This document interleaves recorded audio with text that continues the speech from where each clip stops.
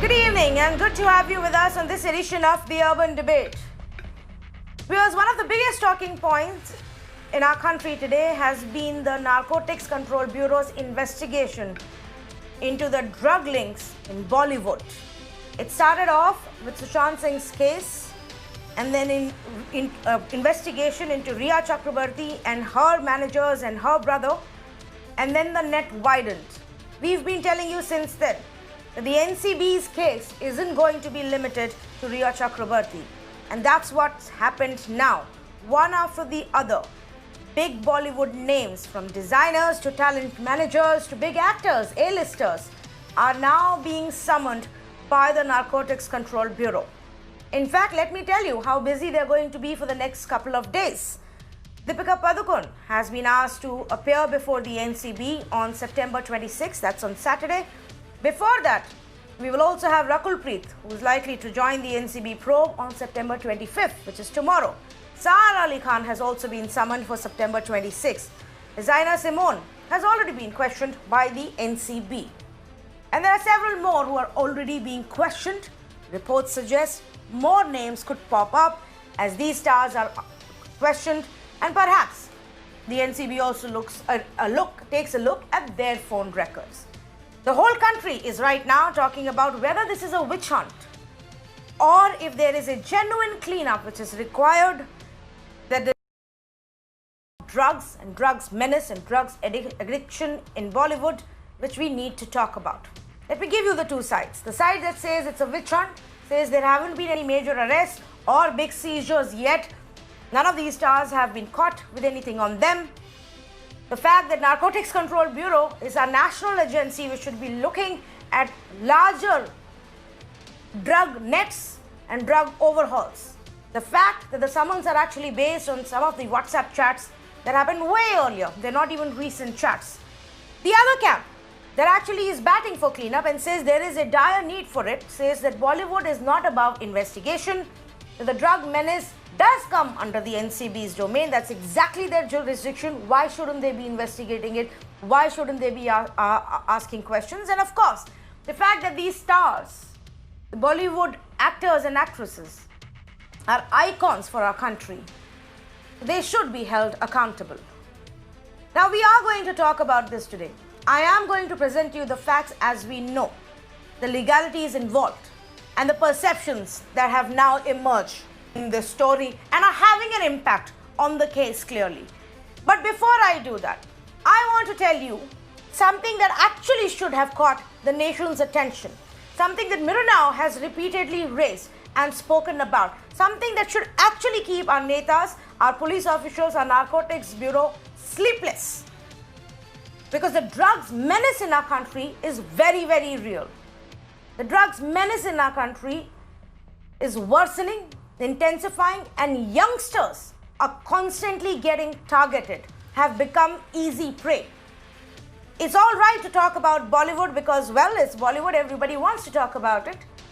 But I am going to take this opportunity to remind you of just how big this problem is. In our country, there are about 2.26 crore users of heroin and opium, 77 lakh users of drugs via inhalants, 8.5 lakh users of intravenous drugs. And this is government data as of 2019 that I'm quoting to you.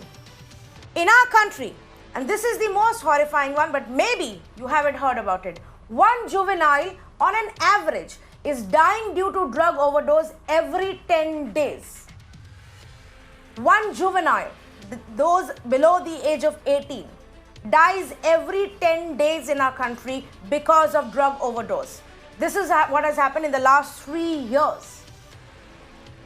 Between January 1st, 2016 to December 31st, 2018, 2,398 people died of drug overdose, of whom 126 were below the age of 18. And the deaths due to drug overdose are on a rise, 17% up from 2017 versus 2018. It's a massive problem amongst our youngsters in schools and in colleges in big cities and small towns. So I would hope that we also discuss this. I would hope that this too catches the attention of our authorities, of our state governments and central government, and of our police, narcotics bureau, and every other agency whose job it is to ensure that we get rid of this drug menace. That being said, let us say good evening to the panelists who are joining us right now for the simple question that I have about what everybody is talking: witch hunt or first step to clean up in Bollywood? And I want to say good evening to Dr. P.S. Pasricha, former DGP of Maharashtra; Mukesh Tyagi, actor, joining us this evening; Mayank Shekhar, a film critic; Mr. B.V. Kumar, former DG for NCB; and Fawzia Arshi, a filmmaker, joining us this evening as well, and an entrepreneur. First up, let me actually begin with Fawzia about what her view is. Fawzia, the biggest talking point: is this a witch hunt or is this a genuine cleanup much welcomed? Well, it is a witch hunt, I would like to say. And here I would like to say that Bollywood is not a handful of people, made up of just, 10, 15, 20 stars. Bollywood means a spot boy, a makeup man, a technician, everybody. So what are we saying? That are we targeting everybody? Everybody is a drug addict? And the entire, and I really mind calling it Bollywood. It is an industry, a serious industry. So, do you think that this industry is just into drugs, and they're not doing anything? The beautiful films that are coming from the industry, the creativity that is come from the industry, they are all nashelchis and gajeris. You mean to say that? Where is the root? I must say that this is the failure of this system. With this regard, I would like to say that is a failure of a system, and they are not able to catch up the root, that from where these drugs are supplied. Let us catch them and not these people. These people, okay, fine, they are taking drugs, and that's wrong. But where it's not happening, it's only our industry which is being targeted like this. What is the agenda of the people who are targeting? What is the agenda? I would like to question. And Indian cinema contributes at the world platform. We are noticed. We are the third largest film industry in the world. You mean to say that before the entire world, you are branding us, labeling us as the Nashelchis?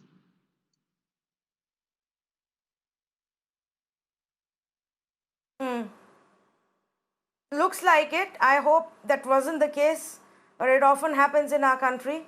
Let me bring in Mukesh Tyagi. Mr. Mukesh Tyagi, do you believe there is a specific agenda behind this, the way events are unfolding? Um, at this point of time, it is very difficult to have any conjecture whether it's a witch hunt or it's a fair investigation, because right now it is premature. But yes, let me tell you, the enforcement authorities do not get involved just for the fun. They have a serious agenda ahead. They have got serious evidence. No wonder today Riya Chakravarti's bail has not been given, despite the fact this is a very extended period. She was arrested on 8th of September, and today you can imagine how many days she is behind the bar. So this is completely, I think, one way of creating some kind of a smoke screen to create ambiguity that these investigations are nothing but witch hunt. There have been a solid discovery. They have found in possession. They have raided different places. The talent management company Quan has already been established, the WhatsApp chat. So these are sufficient evidences. It doesn't matter whether it's a Bollywood or it's a not Bollywood. The idea is the drug menace in India is so detrimental to the younger generation. It is taking away life. You just shared, Tanvi, the statistics. They are so harrowing in nature that kids are becoming addicted. And look at the kind of money every drug costs. So you are really creating economic subjugation of this young potential prosperity. Now there is a narco-terrorism, which is again very serious issue. So any beginning, it doesn't matter from Bollywood or non-Bollywood, is very welcome. But only thing is, people will try to derail this process of investigation. There are mighty people who are behind it. There is the underworld which is connected to it. There may be some big politicians and businessmen who are funding this such a huge billion-dollar drug business in India. So they will try to derail this process. And that is where I think media is playing a greater role by raising this flag, though media is coming under some kind of a criticism that they are only playing Sushant. But no, you are doing a massive cleanup operations, and your support to this kind of initiative is very important, Tanvi. And I think you have shared wonderful statistics. I'm so alarmed by these statistics. So it can't be ruled out. Yes, That so it is a that is an okay. You're saying, well, let the investigation unfold. Whatever has happened today is on the basis of the information that is there. Mr. B.V. Kumar, let me ask you this question because many are right now questioning the NCB's motive, that they flew down here just with one agenda to really, go after Bollywood, get as many people in this linked into this case, dragged into this case. I mean, after all, Mr. B.V. Kumar, if there is a massive drug menace in Bollywood, that's not something new. NCB would have known it earlier as well. No, the NCB was set up as an allied organization to basically suppress interstate trafficking in drugs and also undertake international investigations in association with sister agencies like the Drug Enforcement Administration in USA and the National Criminal Intelligence Service in UK, and also the RCMP of Canada. That is the type of investigations usually the Narcotics Control Bureau takes up. Further, they have a very good intelligence network where they try to unearth and find out the location of the drugs where they are stored, the transport network, and also the main financiers involved in either importing or producing locally or manufacturing drugs and other things in India. So that is their main task, not to go after the drug addicts, whoever they are. They could be Hollywood or there any other young people distributed across the country. As rightly pointed out by you, a survey conducted by the Ministry of Social Justice and Empowerment, they found out more than 2.3 crores worth of drug addicts in 18 and 19. Now it must have gone up much higher, and as rightly pointed out, it's percolating to the young generation. So what Narcotics Control Bureau is basically interested is with a job to really find out and neutralize the real drug traffickers, the main big fish that are involved, not to go after the small fry, whoever they are. They could be Bollywood actors or any other youngsters who are probably used to drug addiction. Drug addiction itself is not a major offense because if drugs are found in small quantities, the judge has the option to release them on a bond under Section 64A. And what is necessary is, assuming for a moment that the Narcotics Control Bureau had information about some of these people from their either mobile phones or laptops or computers, whatever they are, they should have gone up to the peddlers and from there up the chain from which the source of supply came, and not come down to find out who are the consumers from to whom these peddlers are distributing. I personally feel sorry that the Narcotics Control Bureau lost its main objective of being set up in the country. Their main task is to really find out who are the major drug traffickers in the country and neutralize them. That is the type of investigation they should take up. And that was what was done in the past. I don't want to name the cases and other things. I personally feel this was a digression from their main charter functions. Well, this is a very big thing that you have said, a big statement that you are making, Mr. B.V. Kumar. You are the first Director General of the NCB, and you are saying that you are disappointed to see how the agency now seems to be deviating from what its core focus and core charter is. Mr. Pasricha, if I can come to you on it, on some of the points that Mr. B.V. Kumar has raised, the bigger offense being drug peddling and drug smuggling and selling and distributing it, rather than consumption, drug trafficking. Shouldn't that be the focus, or does the investigation begin with this? Ask the people who may be consuming it and then go to the other end of the chain. Well, first I must compliment you and Mr. Kumar for initiating an excellent discussion. And Mr. Kumar, I know he had an impeccable integrity and he has put forth the views very candidly. I'm very happy. Well, drug production, drug smuggling, and drug consumption is a major threat to the entire mankind all over the world, India being no exception. And even Taliban, Al Qaeda, ISI, their entire funding is coming only from the drugs. So it's a serious matter which can ruin the future generations.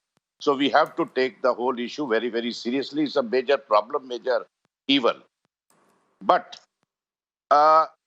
it will be very unfair to brand the entire institution, in this case, what we are discussing as maybe the film world, entire, institution, we cannot, ruin their reputation. There are bad people everywhere. You take any department, whether police department, any education, anywhere, we have very good people, average people, bad people, very bad people. Even white light has seven, the spectrum of 7 colors. So therefore, let us not brand. Let's not digress from the issue. We have to, since the entire thing has been started, the investigation has been taken up for whatever reasons, it must reach its logical conclusion, and they must, trace the major links from where the whole thing is coming, because right now it's only limited to consumption, but that is how the investigation develops and go on a higher plane as it develops. And then you can, go to the peddlers, then from peddlers you'll be the stockists, then smugglers, then that kind of thing. So the entire syndicate has got to be exposed. So it's required. But as Mr. Kumar very rightly said, let's know, since we have now entered this arena, let's really widen it and attack the problem and attack the source in a big way. My only sad thing is, I'm feeling a little sad that the merely because some people are being summoned by the NCB, it does not mean they're accused. But the wrong signal is going all over. Right. That, particular people are, the accused. And I think that's not ruin the reputation, because it's very easy to ruin the reputation and very difficult to, bring it back. So my only feeling is, my only request to everybody is, let us attack the problem and whosoever is involved. Because even in the consumption, there are certain caps. If it's a few grams, then it's a matter which can be handled by the drug addiction, de-addiction center, reform center. If it's beyond a cap, then it's a serious offense and that kind of thing. Take action against anybody. But let's not brand the entire institution, because it will create, it may not be, we may not understand the implications today, but the consequences can be very disastrous in the long run if we damage the reputation of any one institution. Anyone. I'm not talking only of the film world. Thank you. Okay, very well put to both of our experts here. Thank you so much, in fact, for being so upfront and direct about, what your view is. Mayank Shekhar, let me pick up from what Dr. Pasricha said. The fact is that they've just been summoned right now, and that's to ask questions, because their names have popped up in a chat. NCB has one chat, which is between Deepika Padukone and her manager. They're talking about sourcing some drugs. And obviously NCB has questions. It has been it's reportedly, Rhea Chakrabarti has accepted that they did hang out and they all did party a lot when Sushant was alive. Sara Ali Khan, the fact that Sushant took drugs is now, something that is also being looked into, has been said by multiple witnesses to the agencies. So are we jumping the gun? Isn't it okay for NCB to call these people and ask them a few questions? It's absolutely okay for an agency that's investigating any particular matter, and it's well within its right to do it, right? It's not the case itself that reeks of witch hunt. It's the manner in which the case is being played out, where private WhatsApp messages are being aired in public, essentially to defame people who are essentially only being summoned. They're not accused in any case. And I think it's just reached a level of the theater of the absurd, because if you just see the coverage of this case, which is obviously hand in glove, the media has to be hand in glove with the investigating agency, because where else is it getting all these messages from? In any case, who's supplying it to them, right? So if you just see the manner in which has happened, and if if you were to preserve these videos for say about 10 or 15 years later, one would assume that the biggest problem in India at this point, when about 1 lakh cases of COVID is happening, is whether or not Deepika Padukone, a film actor, consumed or took a puff of hash in 2017. It's being blown up to that point, and clearly the idea is to show a certain set of people who work in a certain industry in a very, very negative light, which, I mean, as Mr. Pasricha said, it's about preserving certain the sanctity of certain places, right? The long-term consequences, you see just a series of names of female actors being brandied across television networks, right? Now, it's hard enough for women to enter this field. It's been a very tough battle for them even to fight it among their parents to enter this field. It's always had a particular, sort of a bizarre, outwardly, the respect that it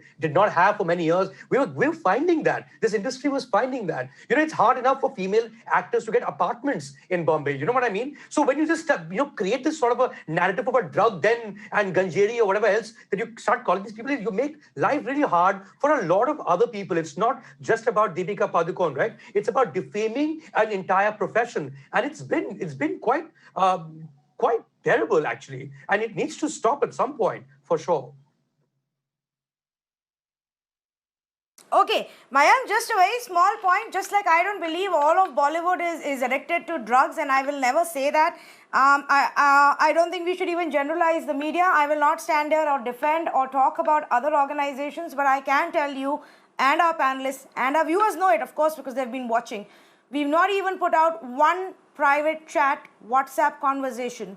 We've only gone with the facts that investigating agencies for the past 2 months have presented as part of legal documentation, whether it was an FIR or a remand copy or an official autopsy report and whatever has been submitted in court.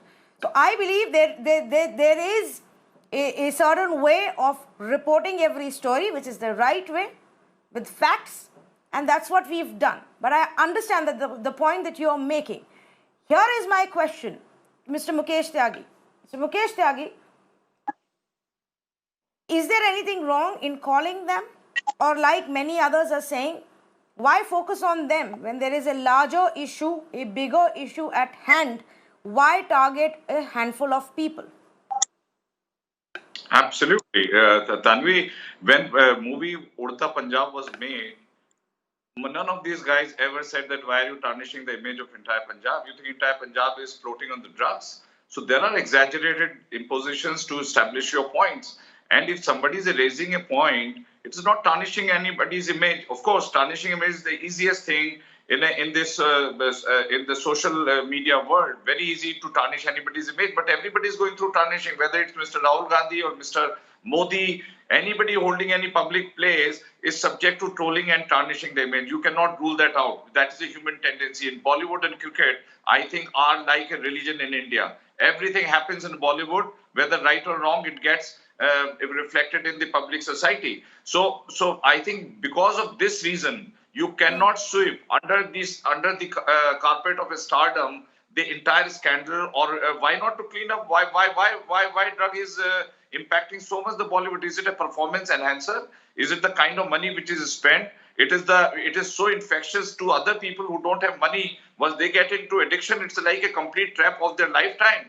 They resort to the illegal means to make that kind of money. They resort to women resort to prostitutions. So the impact of the drug and recovering from the drug is so difficult. So I think another point I want to say through your Tanvi, you see, it is against NCB.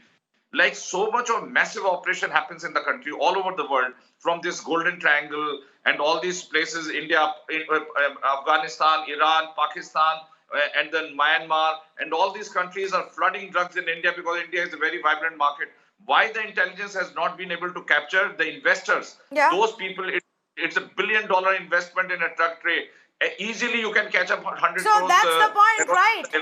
But why? So that's the point, right, Mr. Mukesh Tyagi, that you say that if you are in the public domain, people will target you, even if they're targeting you unfairly. But where the real problem lies, nobody has the guts to go there. Where the real, menace lies, nobody has the guts to go there. In fact, let me read out this as well.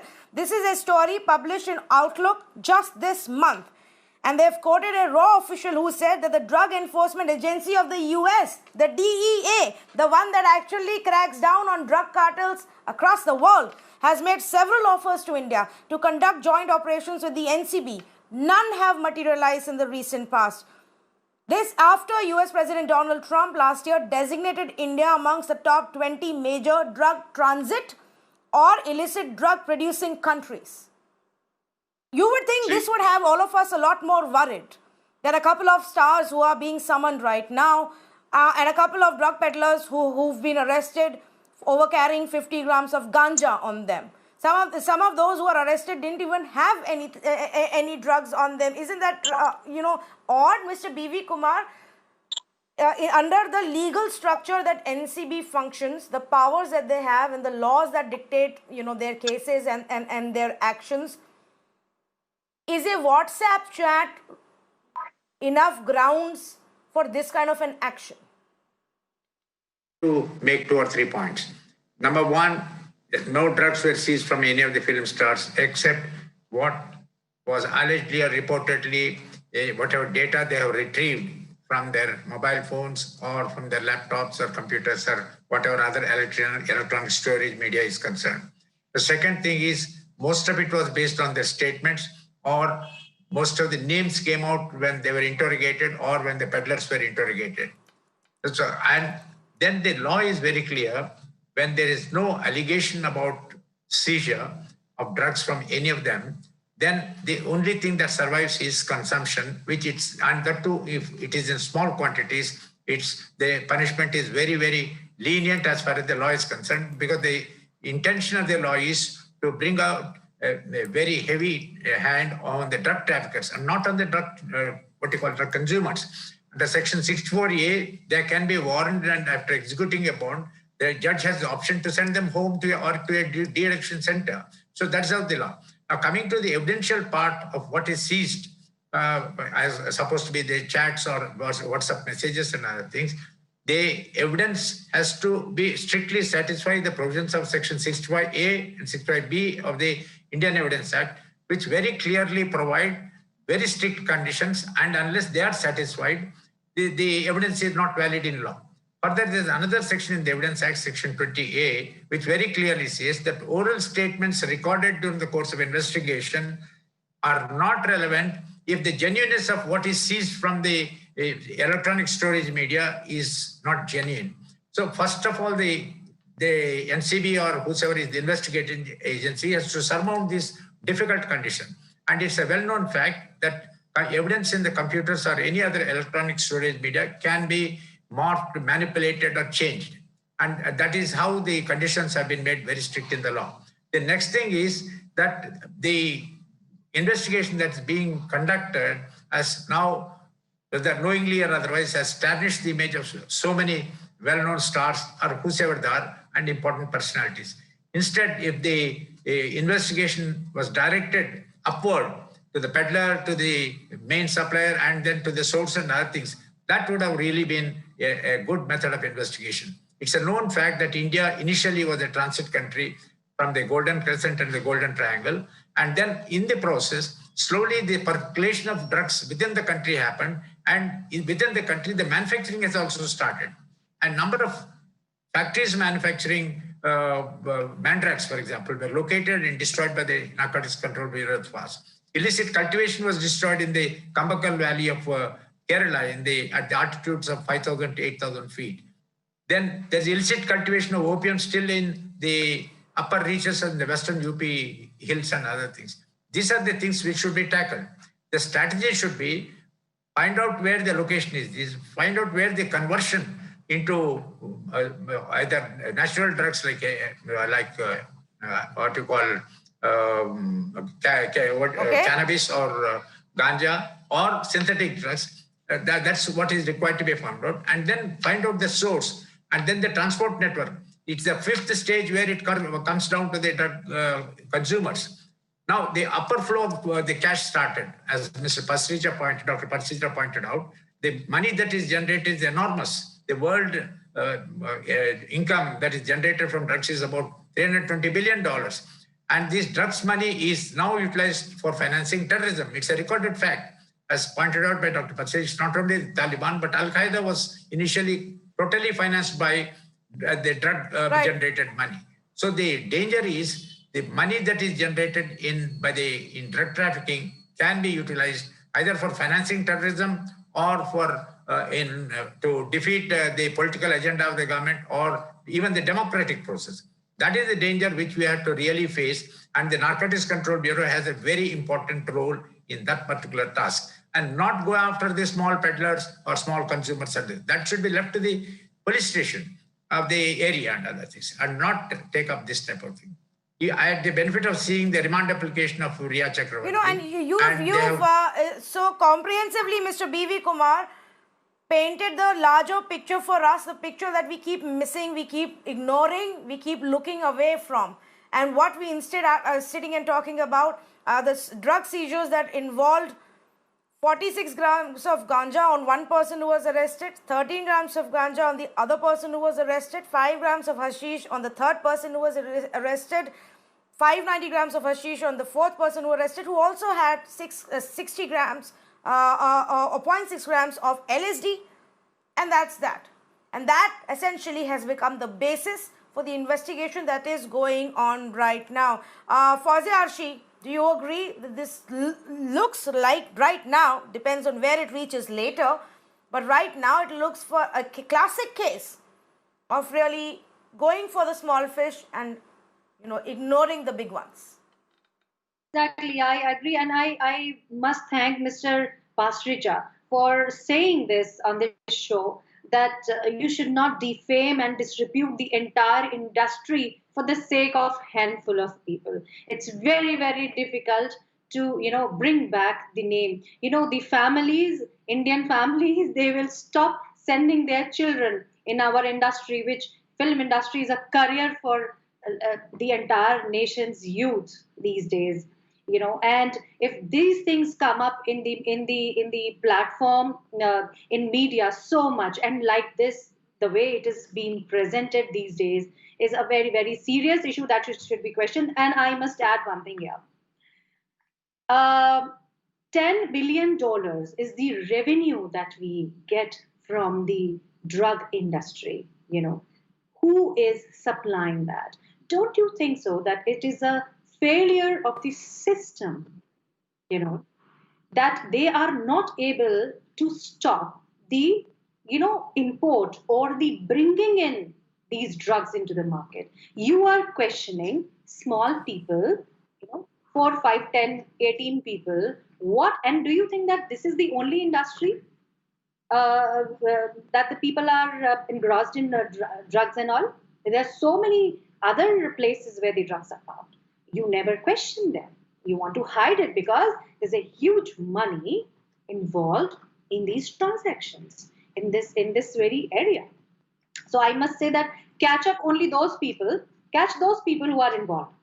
Don't label us as, you know, the drug addicts. Film industry should not be labeled as a drug industry.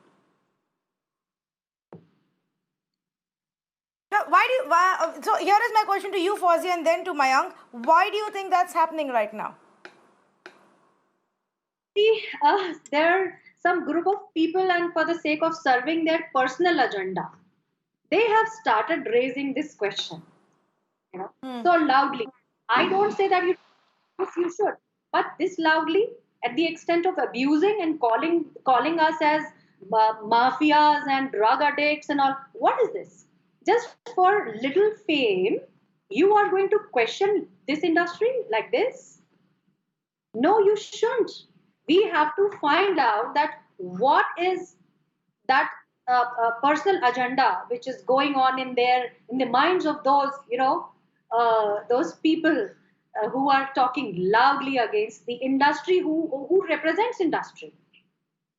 You know, I will not name them here, but there's a group of people who are very much the part of the industry. They are also, if you go and peel off the onion, you know, फिर निकलेंगे छिलके सारे कि वो कितने खुद involved हैं, how much they are also involved into it. So their lives also, They should look into their lives as well. Who are they? What are they doing? Is this any kind of frustration that they are talking out of some frustration? They're talking like that. Why are they allowed? Who are backing them? I don't say that there's somebody Right. backing them up. But yes, there is something. That brings question to your mind. The entire nation is talking, and names of the drugs. Names of the drugs, which I also didn't knew in my life. But I'm being Yeah. informed by like this. There's some kind of drugs Okay. available. Okay. Well, Mayank, what is your view? Frankly, let me also say that right now there is quite a bit of concern within the industry, film industry. We try to reach out to a lot of them for separate conversations, maybe have them on a discussion panel. Nobody really wants to speak out right now. Is there a sense within the industry that because earlier this year many of them did speak up, this is the response that they're getting, and this is why this is happening to the industry? Yeah, I mean, there are troll armies out there on social media out there to shut you up if you even say one word, right? And there is a concerted campaign that happens on a daily basis. You can't ask people to speak up and then shut them up the moment they do say anything, and then say he didn't say anything.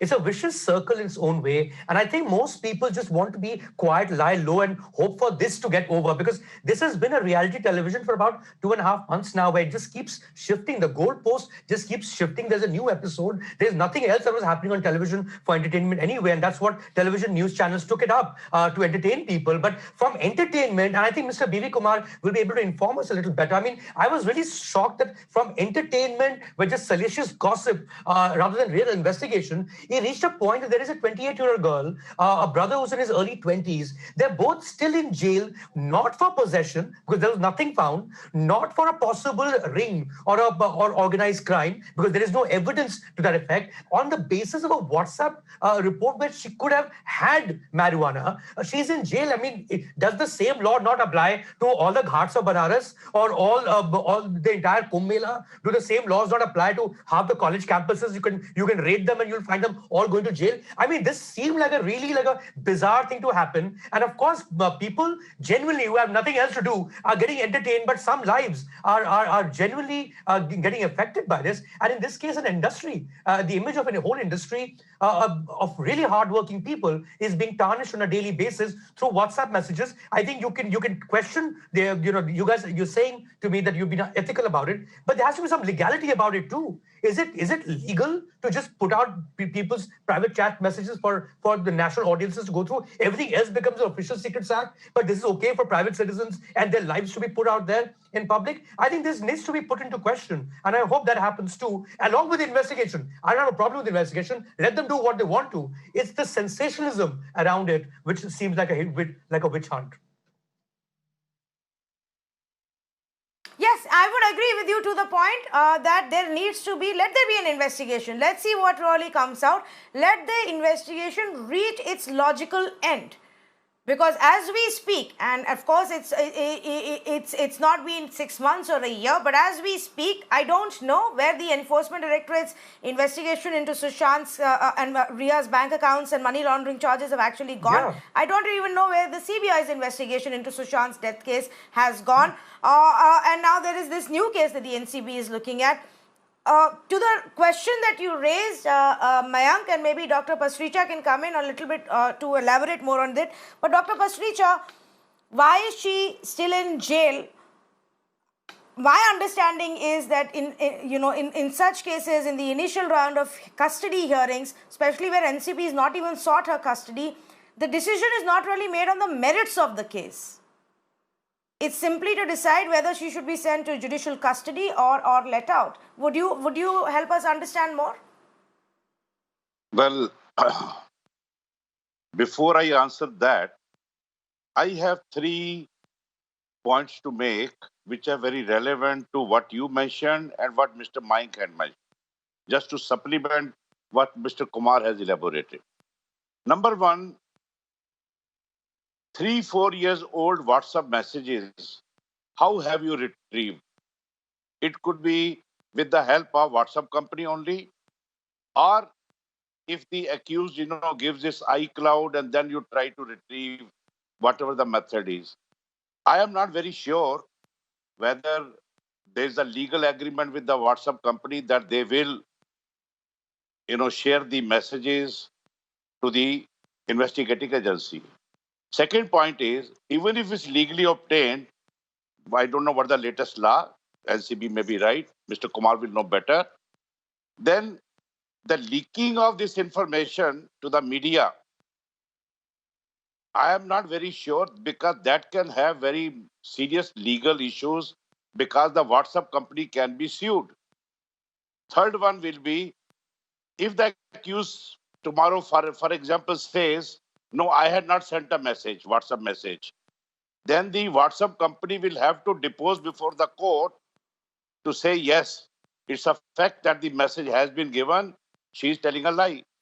But whether the WhatsApp company will like to get involved in that kind of deposition in the courts, because WhatsApp is all over the world. So these three issues, I don't know whether Mr. Kumar will be able to explain. Now, coming to your specific point, well, I cannot say much, because it's the discretion and judgment, the wisdom of the court. I cannot question it. But normally what happens is, if the NCB has put up a case like this, that they have to establish links, who was the supplier. And from the supplier, they want to go to the, that who was, transporting, and then they want to go to have a logical completion of the case. Then, in that case, there's always a chance that the court may agree with it. And, but then I cannot say beyond it. Let Mr. Kumar, if he wants to share, he can do it. I will not like to be a party to this. Thank you. Okay, Mr. B.V. Kumar, would you want to, elaborate more on this angle? Yeah, 2-3 things I wanted to say. One is, under the Indian Telegraphic Act, the WhatsApp company or the mobile infrastructure companies, they are bound to preserve the records and also submit to the government under summons whenever the data that has been recorded is required for investigation. That's one point. So legally, it is correct to summon and obtain data from either the WhatsApp company or any of the mobile telephone companies. So that legal provision is there. That is only one small part of it. But the most important part is, I had the benefit of seeing the remand application of Riya Chakrabarti, as pointed out to Dr. Pasricha, why she is unnecessarily kept for so many days in jail. I saw that, and I found what the NCB has said in the remand application is that they are investigating the case further, and then they mentioned that she may be remanded to judicial custody. And they have charged her under Section 8C of the Act, then 20B, 27, and 28. They charged her. Fine. But the problem is, any offense with a small quantity, which was also not found from her, but during the course of investigation, some chain was found from where the drugs moved and other things. The small offenses and small quantities are offenses which are punishable for less than 6 months in some cases, and with a maximum fine of 10,000 rupees, up to 6 months. A slightly larger quantity, it may extend up to 1 year, and under Section 27, I'm talking, for where it is consumed and things like that, or 1 year and may extend to 20,000 rupees. These are bailable offenses. Under the CRPC is very clear. If a punishment is less than 3 years, they are all bailable offenses. And any punishment beyond 3 years, then it is non-bailable offense for offenses like serious offenses involving more than 3 years, or life imprisonment, or death penalty. In such cases, they are non-bailable. But in this case, the honorable judge should have, in the normal course, given her the bail on the very first day itself when the application was moved. It's unfortunate that I don't know what other reasons the honorable judge had to remand her further. To say, now it's going up to 29th. Probably the High Court will in its wisdom interesting take part a that proper if I may just add to that, Mr. B.V. Kumar, the interesting part is that the NCB did arrest her. They arrested Riya Chakrabarti, but they say they don't want to ask her any more questions. They don't seek any more information. They have what they need and that's why they don't need her custody, and which is why she was sent to judicial custody, jail, rather than NCB getting the custody. I very quickly I want to go back to Mr. Mukesh Tyagi. You wanted to make a point in between. I'm sorry I couldn't come to you because we just wanted to clarify the legalities and just how strong a case exists currently. Go ahead, Mr. Mukesh Tyagi. Then we have two great authorities sitting, Dr. Pasita and B.B. Kumar. I think I'm enjoying their conversation and getting enlightened on the investigative methods. You see, what has happened is that, it is an information technology era. Now, WhatsApp has become a very secretive conversation and reliable because WhatsApp commits that it is encrypted, it cannot be disclosed. So there is a lot of dubious activities going within the WhatsApp circuit.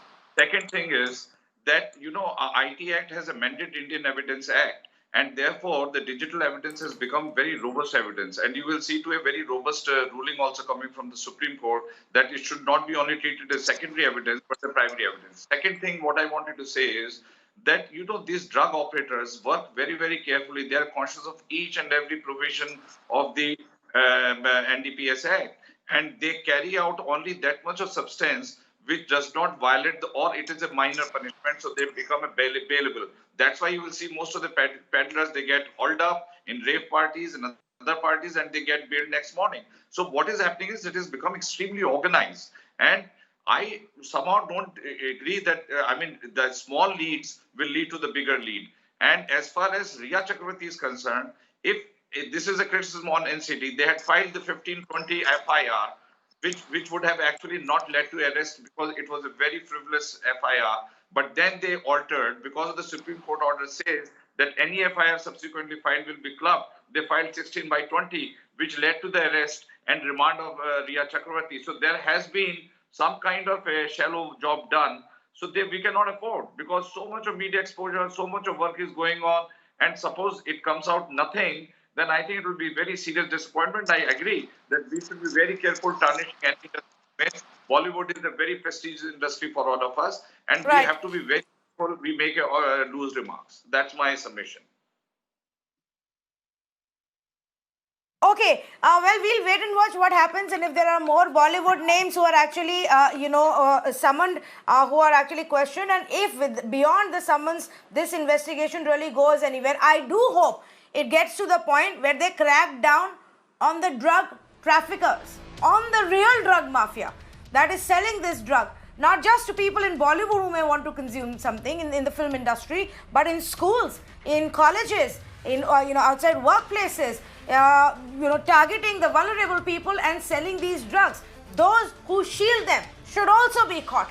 Those who take a cut from this entire system, make their own money, should also be caught, should be caught. They need to be the focus of the investigation. The Narcotics Control Bureau has a tough task and a large task at hand. And it doesn't start with Riya Chakrabarti or end at Deepika Padukone. For the rest of it, let's think about it. Why is it that this investigation has begun now? Because they found a way in via the Riya Chakrabarti Sushant Singh case? Or because there was some other trigger? I'm sure the NCB always knew that there was a massive drug menace amongst a few people in Bollywood. Why is it happening now is the question. Thank you so much to all of our panelists. It's been a very enlightening conversation and a balanced, constructive, quiet one where everybody has heard each other out. Thank you for joining us here on Mirror Now.